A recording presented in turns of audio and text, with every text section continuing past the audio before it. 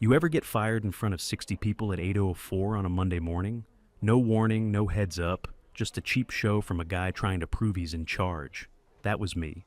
12 years in, and I got walked out like an intern who screwed up a coffee run. My name's Greg. I'm 42. I live in Naperville, Illinois. Worked IT at a mid-sized firm just outside Chicago, the kind of place that runs smooth until someone decides to modernize. Derek, the new VP, was barely 30. Walked in 2 months ago with a $900 haircut and a trust fund thicker than his resume. That morning, he stepped up in front of everyone at our weekly meeting like he was about to accept an award. Then, he pulled the trigger. Effective immediately, we're eliminating outdated roles to streamline operations, he said, eyes sweeping the room like a movie villain. Greg, your position is no longer aligned with our strategic vision. Just like that. People shifted in their chairs, some glanced down. I didn't move, not yet. I didn't even blink. While you're listening, tell us which country you're watching from. He kept talking, something about agility, future-proofing, blah, blah. But I didn't hear the words anymore. All I saw was 12 years of blood, stress, and 3 a.m. server resets getting flushed so some idiot could make a PowerPoint about innovation. I stood up when he motioned toward the exit. Didn't make a scene. I wasn't going to give him that satisfaction. But every step toward that door felt like a slow-motion gut punch. My badge still clipped to my belt. My office keys still in my pocket. The same keys I used to unlock server rooms, backup drives, and cabinets that half the company didn't even know existed. The same keys I never once lost or misused. As I walked past the conference table, I caught the eyes of the younger guys, new hires, IT analysts, interns. They used to ask me questions, look up to me. Now they just looked uncomfortable, like they'd just seen a dog get kicked. I didn't say a word, just kept walking. Out in the parking lot, I sat in my car for a second, staring at the keys in my hand. They felt heavier than usual, not just metal, history, trust. I knew those systems like the back of my hand. Derek had no clue what he just unplugged, and he'd find out soon enough. I turned the key in the ignition and drove off without looking back. I didn't go home right away. Just started driving. Didn't matter where, highway, back roads, whatever. I needed space to think, to breathe without the walls of that office pressing in. The weird part? I wasn't mad about being let go. Not really. I was mad at the way Derek did it. Like I was just some box to check off on his new era speech. He had no clue what I actually did for that place. Hell, most people didn't. I was the guy who handled the stuff no one wanted to understand. Network security, vendor contracts, server uptime, compliance forms no one ever read, but would burn us if ignored. I kept it all running, quietly, efficiently. My phone buzzed in the cup holder, conference call with a vendor, weekly sync I used to run every Monday. Derek probably forgot it existed. I let it ring, not my problem anymore. The screen dimmed. Just like that, a whole part of my life slipped into someone else's inbox. But they were in over their head. Derek thought he fired a cog in the machine. What he didn't realize was, I built the damn machine, and now he was running it blind. I wasn't going to be petty, no scorched earth. I wasn't changing passwords or deleting files. But I also wasn't handing him a map. If he wanted to act like I didn't matter, he could live with that choice.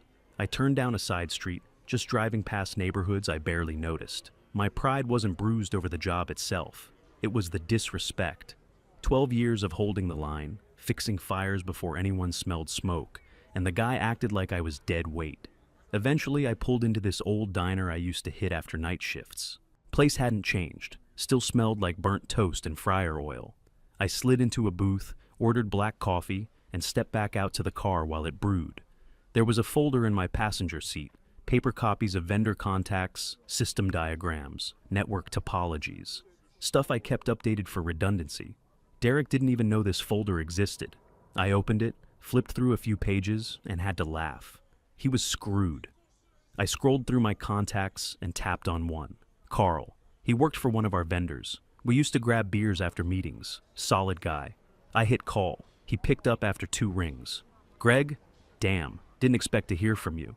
Yeah, I said, smiling into the phone. Just checking in. Might be good to stay in touch. That's how I left it with Carl. Nothing too heavy, no plots, no bitterness. Just a light reminder that I was still around, and still in control, whether Derek knew it or not. Next morning, I was sitting at my kitchen table, sipping the same lukewarm coffee from the pot I forgot to clean out yesterday. The folder from the car was spread open next to me, pages marked up, passwords scratched out, old vendor notes in the margins. I wasn't looking for anything specific, just watching the pieces settle. Then my old work phone lit up. I had kept it powered on out of habit, still had the credentials synced. When I saw the name Derek flash across the screen, I didn't hesitate. I answered like I was picking up a spam call. Greg speaking. Why the hell are your credentials still locking me out of vendor access? His voice was already tight. He was scrambling. You'd have to ask HR or security, I said flatly. I'm not with the company anymore, remember? You could have at least left instructions. I wasn't asked to. I was told to leave. Silence. Then the line went dead. I leaned back, still holding the phone, and just waited. I knew what was coming next. Later that morning, Slack notifications started popping up on my laptop. I still had guest access in a few internal channels. Derek's first mistake. He hadn't removed me from the old IT threads. I sat back and watched as things started falling apart. Can anyone access the vendor drive? Why are all the credential trees throwing errors? Emails frozen. What the hell is happening? I kept scrolling, sipping my coffee. A few brave souls tried troubleshooting. Derek jumped in halfway through, offering half-baked guesses. Someone told him to stop trying to override the admin panel. It was triggering recursive sync loops. That's when I realized what he'd done. Tried to bypass system lockouts manually. Big mistake. Without understanding the config trees, he triggered a loop that choked the email server. Internal mail crashed. Access to shared drives blinked out. The whole company went dark within an hour. I didn't move, didn't text, didn't call. Then Carl texted, just got a panic call from your old team. They don't know how to get into the compliance portal. Derek said he was handling it. LOL. I smirked and typed back, let him handle it. By noon, Derek tried calling again. I ignored it. He didn't know it yet, but his first big failure was already in motion. The best part? I hadn't done a damn thing. I just wasn't there to fix it. Later that afternoon, I sent Carl a sanitized PDF of the vendor contact sheet, missing a few key details, just enough to keep things barely breathing. By Wednesday morning, Derek was already losing his grip. I was sitting on the porch with a second cup of coffee when the first message came through from a friend in payroll. Hey Greg, any chance you remember the back-end login for the tax tool? Derek's team can't get in. Finance is losing it. I didn't reply. The tax tool wasn't cloud-based. It ran on a legacy system I built out years ago, because none of the finance guys could make heads or tails of the reporting structure. The login wasn't even in the password vault Derek bragged about transitioning to. It was in my head, and that's where it was going to stay. Derek tried calling twice that afternoon, sent one email. Then a Slack message marked urgent. I left them all unread. I knew what he was doing, circling vendors, chasing old contacts, probably demanding support from people who barely knew what the systems even were. He hadn't hired a replacement. He thought he didn't need one. Arrogant bastard figured he could automate everything with an app and a few interns. Then I got an email that made me pause. It was from Amanda, used to be one of our analysts, now over at Titan Core, one of our top competitors. Subject line, interested in a conversation? Her message was short, friendly, said she'd heard what happened. They needed someone with deep infrastructure experience, and she remembered how I'd carried most of the company's back end without ever taking credit. Tempting? Yeah. But I wasn't done with Derek yet. That same night, Derek sent a mass email to the company. I saw it get posted in a private Slack thread I still had access to. As part of our ongoing modernization efforts, we're experiencing temporary growing pains. We appreciate your patience as we continue streamlining operations for future success. Translation: everything's on fire, but please act like it's fine. My old team had a field day. One guy posted a meme of a dog sipping coffee in a burning room. Another replied, streamlining operations. Wasturdios, nobody knows where the compliance data lives. I didn't comment, just watched it unfold. Derek's pride wasn't just showing, it was bleeding out in front of the whole staff. He couldn't admit he was over his head, and I knew exactly how much deeper he could dig. Next morning, I started getting vendor calls. Hi Greg, just wondering, who's the new point of contact for audit logs? Hey, our invoice got kicked back. Is someone else handling compliance now? I kept my answers short. You'll need to check with Derek's office. That's it, nothing more. The cracks weren't just forming, they were spiderwebbing. I wasn't just watching the chaos anymore. I was letting the pot boil over on its own. The first real crack turned into a sinkhole that Friday morning. I was halfway through a run when my phone buzzed nonstop. 5 missed calls, 3 texts, all from people I hadn't heard from in weeks. When I finally checked the notifications, I saw the subject line that made me grin. Urgent, security audit failure, regulatory review. Triggered their biggest client, Vection Tech, had sent a formal notice.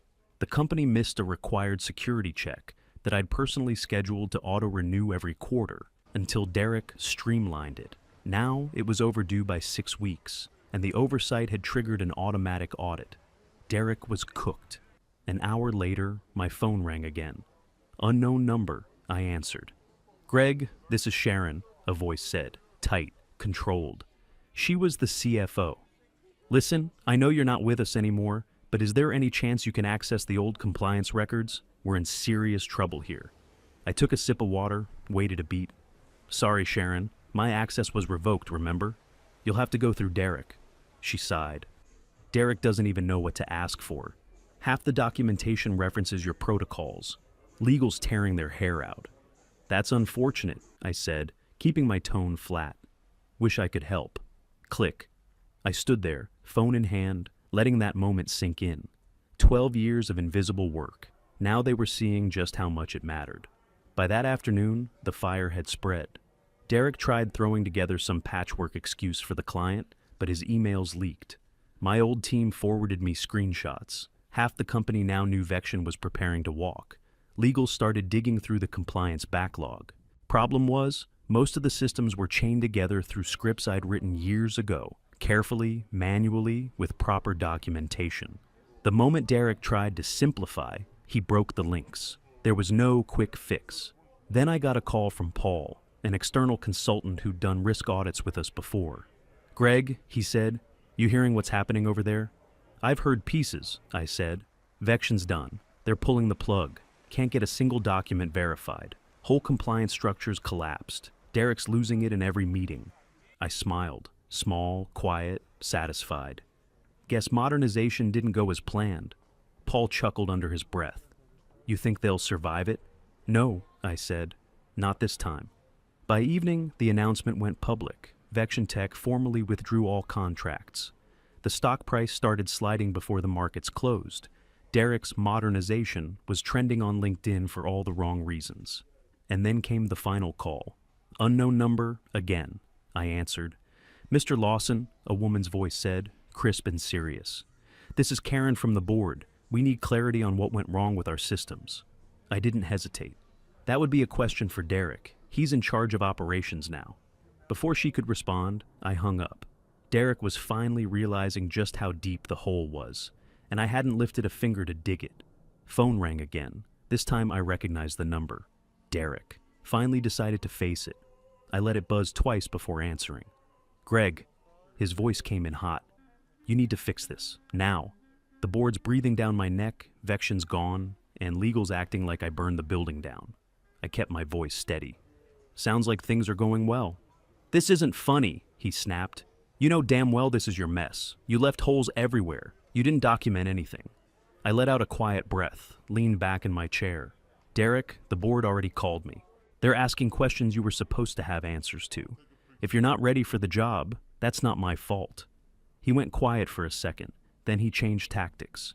"Greg, come on. You've been here longer than anyone. Don't let this place go down just to prove a point. You cared about this company." "I did," I said, "until the company stopped caring about me." "You're punishing everyone just to get back at me?" "No," I said, keeping my tone ice flat. "I'm doing nothing. You fired me. You pushed me out. And now you're pissed because the machine you don't understand won't run without the guy who built it." He snapped again, voice rising.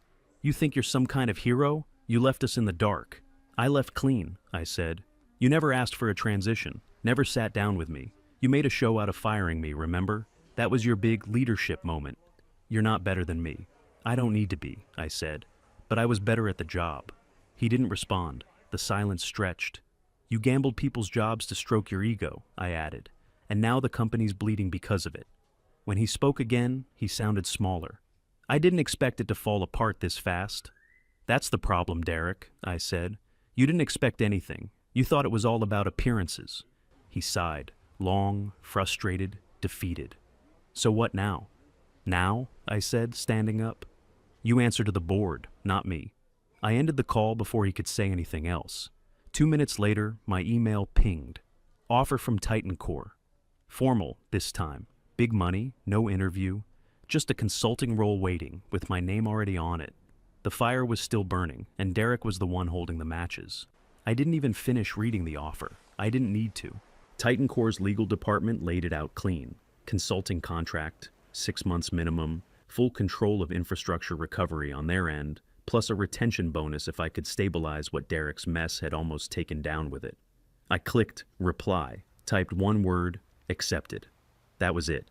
No meetings, no groveling, no fake smiles around a table pretending we were moving forward together. Just a real offer from people who understood what I brought to the table and weren't stupid enough to toss it out. An hour later, I was on my back porch, laptop open, sun going down, when the notification popped up. Breaking, Derek Simmons resigns.